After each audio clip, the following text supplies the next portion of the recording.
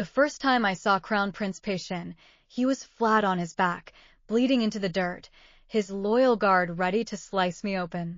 I stood atop a mossy boulder, wind machine roaring behind me, fog swirling at my feet like divine breath.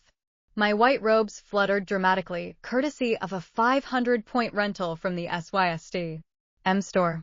Overhead, surround sound played soft chimes and distant thunder. Atmosphere is everything.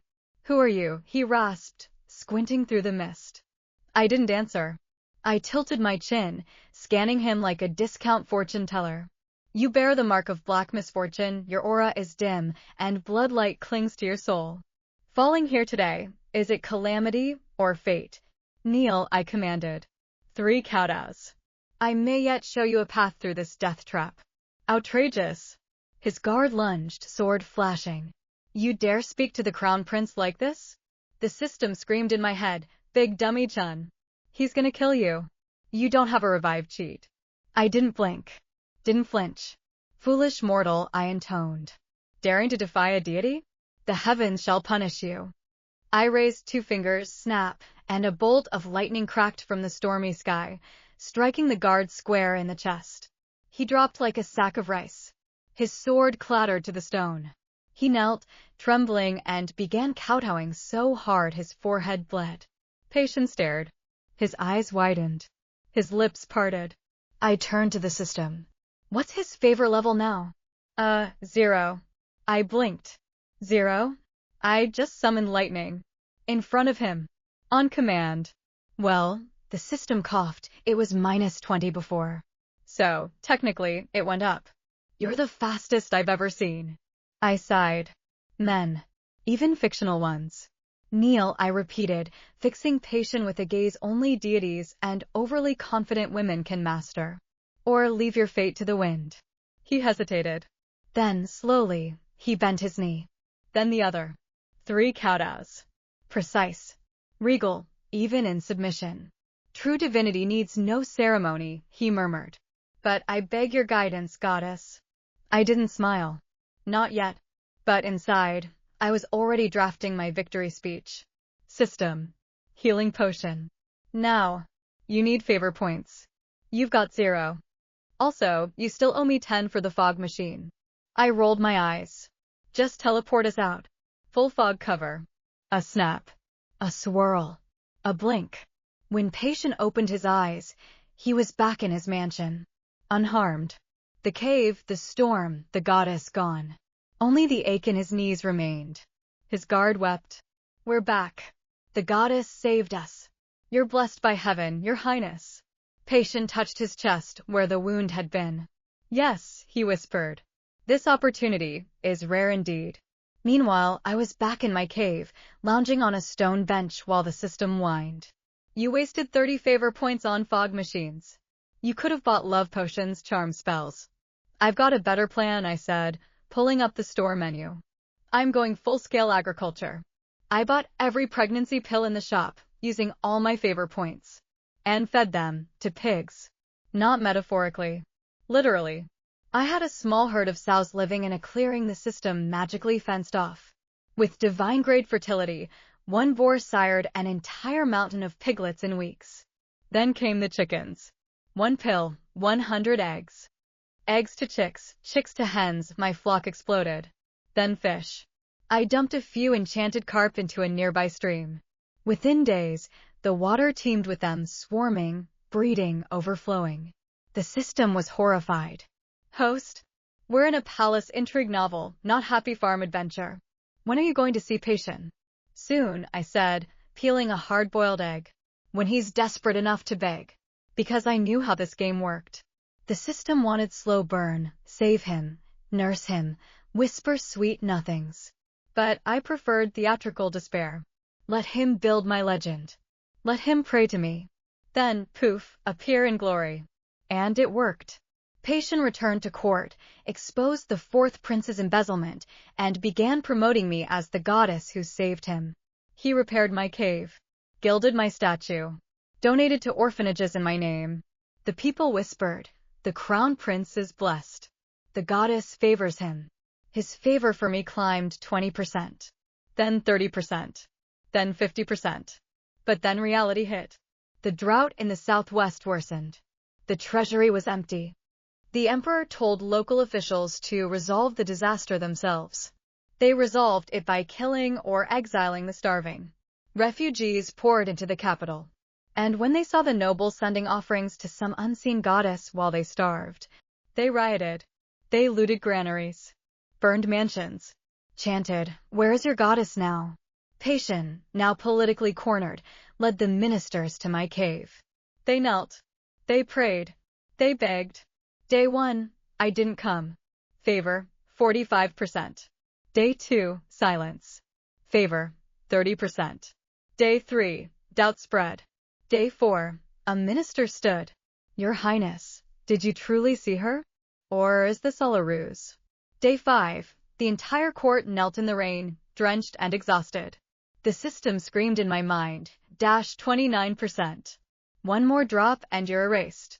I stood at the cave's edge, watching through a magical scrying mirror. Then, click, I hit the switch. A blinding light erupted at the cave entrance. Wind roared. Fog surged. And then thunder of hooves and clucks, a stampede of glowing-eyed pigs and chickens charged down the mountain, forming a perfect line before the cave. My fish? They flooded the nearby stream, shimmering silver under the moonlight. I rose into the air, arms spread, petals swirling, voice echoing like a celestial broadcast. "Who dares slander the divine?" The crowd froze, then fell, one by one. Even the skeptical minister prostrated himself. Patience looked up, eyes red, soul shaken. I hovered above them all, radiant, untouchable. "Behold," I declared, "I have answered. These creatures, my gifts, shall feed the hungry, sustain the weak. This is your miracle." I paused. Let the awe settle. Then, coldly, "You have doubted. You have failed. But I am merciful." I turned to Patience. "You still believe. For that, you shall be rewarded." His favor bar in my vision shot to 80%. The system screeched, "Host, you're a freaking genius. You weaponized farming. You psychologically broke the male lead with pigs." I landed softly. "Told you. I don't need to chase him. He'll come to me." I vanished in a swirl of light, leaving behind stunned officials, full bellies, and a nation now worshipping a goddess who solved famine with livestock. But peace didn't last. 3 days later, the emperor himself initiated a divine summons. I appeared in a blaze of light, wearing a gown woven from starlight, rented, 100 favor points per minute, voice echoing like a mountain stream. "Emperor," I intoned. "You summoned." He knelt. "Goddess, we beg you, reside in our palace. Be enshrined by the Pei clan. Bless our nation with eternal prosperity." I tilted my head. "You are greedy, mortal. I am not a talisman for your dynasty." He hesitated, then offered, "Name your price. Anything you desire." I didn't answer. I was thinking, how do I get this emperor to abdicate and hand the throne to Patience? I had the power, the fame, the divine aura. But Patience's heart was still at 80%. Because deep down, I'd learned something the system never told me. He didn't want a goddess. He wanted someone to see him. Not the crown prince. Not the political pawn. Not the son of a dead mother and a cold queen. He wanted to be loved. And that was the one thing my divine act couldn't fake. Then, a voice cut through the silence. "You're not a goddess. You're a fraud." A young woman stepped forward, pale, fierce, dressed in jade silk. "Peichio, daughter of the Minister of Rights." She pointed at me.